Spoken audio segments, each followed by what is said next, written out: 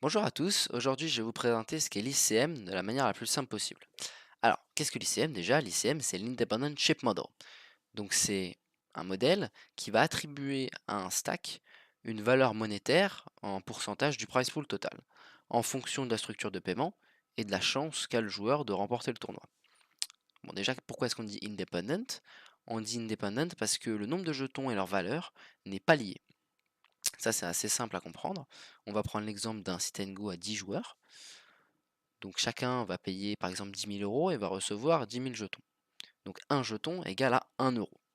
À la fin, il va y avoir un joueur qui gagne. Lui, il va avoir du coup les 100 000 jetons, mais on va gagner, imaginons, 50 000 €. Donc à ce moment-là, un jeton égale 0,5 euros, c'est-à-dire 50 centimes. Donc cette valeur, elle a baissé. Et c'est là qu'on comprend qu'un jeton qu'on met en jeu, il vaut plus qu'un jeton qu'on va gagner. Et c'est de là qu'on va retirer quelque chose qui s'appelle la pression ICM, et on va devoir s'adapter avec cette pression. Si on est short stack, on va devoir avoir des ranges beaucoup plus tight pour faire face à cette pression. Et si on est un gros stack, on va devoir élargir nos ranges pour embêter les joueurs qui font face à cette pression ICM. Alors pour appliquer l'ICM, on a besoin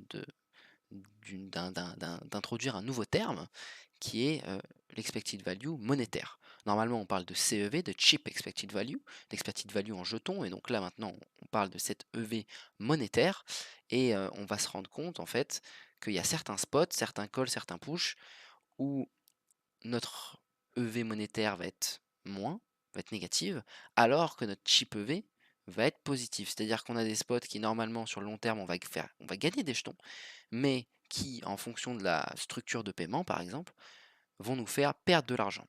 Ça c'est en fait assez logique et assez facilement compréhensible quand on fait le postulat et quand on a compris qu'un jeton qu'on met en jeu vaut plus qu'un jeton qu'on gagne.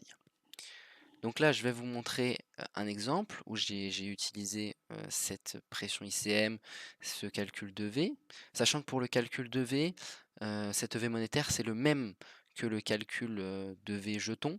On va juste remplacer les jetons par la valeur monétaire de notre tapis qui est déterminée par l'ICM. Donc ici, j'ai pris l'exemple de jeudi dernier, donc la table finale 1 de la Top Shark. Je suis en small blind, ça fold jusqu'à moi. Mince, alors, hop, pardon, excusez-moi. Ça fold jusqu'à moi. Donc ici j'ai deux solutions, soit je push, soit je fold. Donc j'ai fait les petits calculs. Premier scénario, je fold. À ce moment-là, mon EV monétaire après fold, elle est de 8 600 €. Chiffre à retenir, très important. Maintenant, deuxième scénario, je push. C'est d'ailleurs ce que je vais faire. Ici, j'estime que c'est un bon joueur, qu'il a connaissance de cette pression ICM, et donc qui va call à peu près 10% de sa range.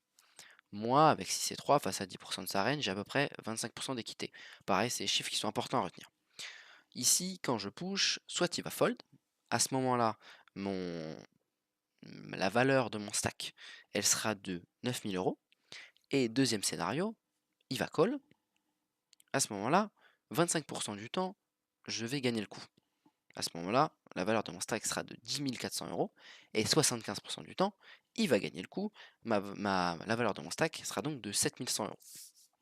Là, je fais un rapide calcul, donc je prends les 90% du temps où il fold et où ma valeur de stack sera de 9 000 € et je rajoute les 10% du temps où il call, je le multiplie par 25% fois 10 400 plus 75% fois 7100 et je retombe sur une EV monétaire après push de 8 900 €. On se rend donc compte que mon EV monétaire après push, elle est plus importante que mon EV monétaire après fold. Ici, le bon coup, la bonne chose à faire dans ce spot, c'est donc de faire un push et d'attendre, et normalement ça sera la bonne chose.